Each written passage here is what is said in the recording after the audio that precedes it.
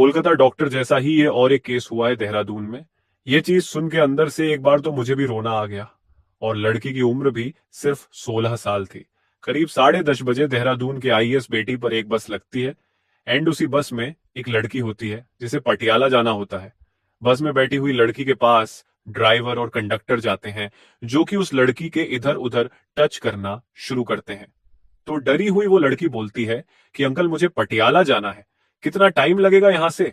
ये दोनों बोलते हैं कि अगला स्टॉप पटियाला ही है, बस तुम्हें जल्दी ही वहां पहुंचा देंगे। और फिर से उस लड़की के इधर उधर टच करना शुरू कर देते हैं और उसी के बाद उस लड़की के साथ गलत काम करना शुरू कर देते हैं। आपको फिर से बता दूं कि यह लड़की भी सिर्फ 16 साल की थी जब लड़की के साथ ये काम कर रहे थे। वो लोग तो उस लड़की की आवाजें बस से बहुत दूर दूर तक जा रही थी। तो साथ ही एक और बस खड़ी होती है जिसमें ड्राइवर बैठा होता है, उसको भी ये आवाजें सुनाई देती हैं। तो उसी बस में से ड्राइवर और कंडक्टर भी इस बस में आते हैं और देखते हैं कि ये क्या चल रहा है। अगर इंसानियत के नाते यहां पर कोई और इंसान होता तो उन्हें रोकता और पुलिस के हवाले लेकर देता, ये हो रहा काम रोक देता और लड़की बच जाती। पर ऐसा नहीं हुआ। वो दरिंदे भी ये बोलते हैं कि तुम दोनों साइड पे हटो, हम भी यही चीज उस लड़की के साथ करना चाहते हैं। तो जो बस ड्राइवर और कंडक्टर पहले से ही इस काम को अंजाम दे रहे थे, वो साइड हटते हैं और कहते हैं कि हमें क्या, हम कौन सा तुम्हें रोकने वाले हैं, तुम भी कर लो, आ जाओ तो क्या देख रहे हो।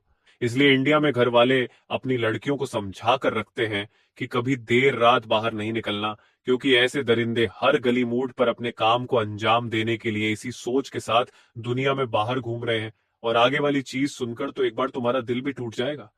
ये चारों लोग तो ये काम उस लड़की के साथ कर ही रहे थे कि एक कंडक्टर बोलता है कि सारे दिन की जो कमाई हुई है वो मैं कैशियर को पकड़ाकर वापस आता हूं, उसके बाद देखेंगे कि आगे करना क्या है।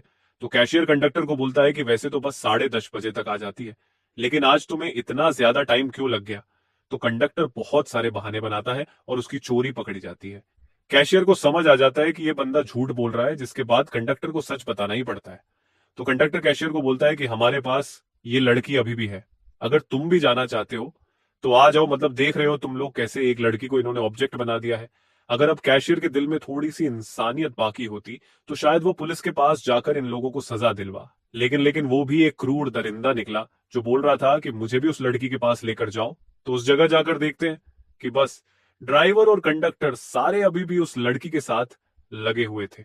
कैशियर बोलता है कि अभी साइड हट जाओ साहब, अब करेंगे बाद में, तुम लोग देख लेना। तो वो भी जाकर उस लड़की के साथ वही काम करना शुरू कर देता है। अभी तो आप लोगों को एंड में इन सभी दरिंदों की उम्र बताऊंगा तो आप लोग तभी चौंक जाओगे।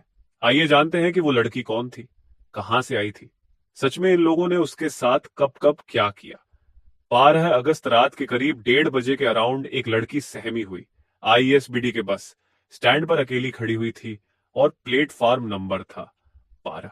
तो इसी बीच एक अच्छे आदमी की नजर उस लड़की पर पड़ती है जो कि एक गार्ड था। और ऐसे इंसान भी दुनिया में होने बहुत जरूरी है।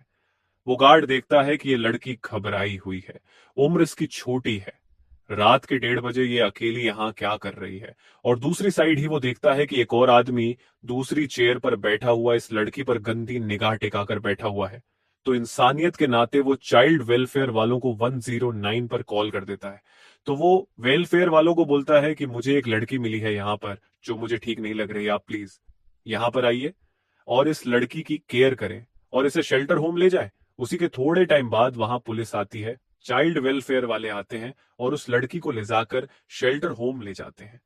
शेल्टर होम जाते ही एक बेसिक काउंसलिंग होती है जिसमें कि उस इंसान के बारे में पूछा जाता है।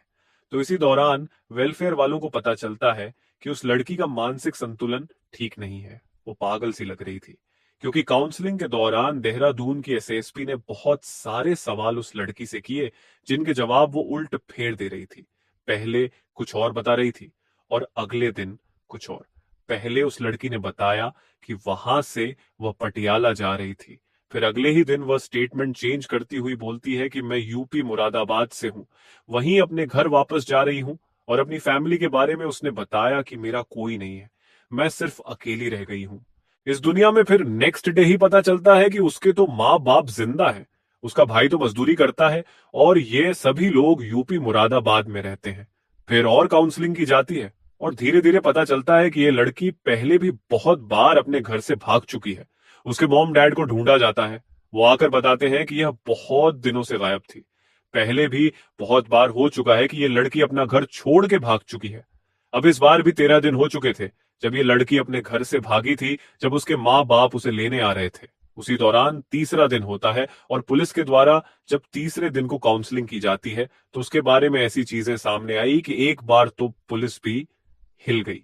काउंसलिंग के तीसरे दिन वो बताती है कि उसके साथ किसी ने यह गंदा काम किया है, वो भी पूरे 5 लोगों ने मिलकर।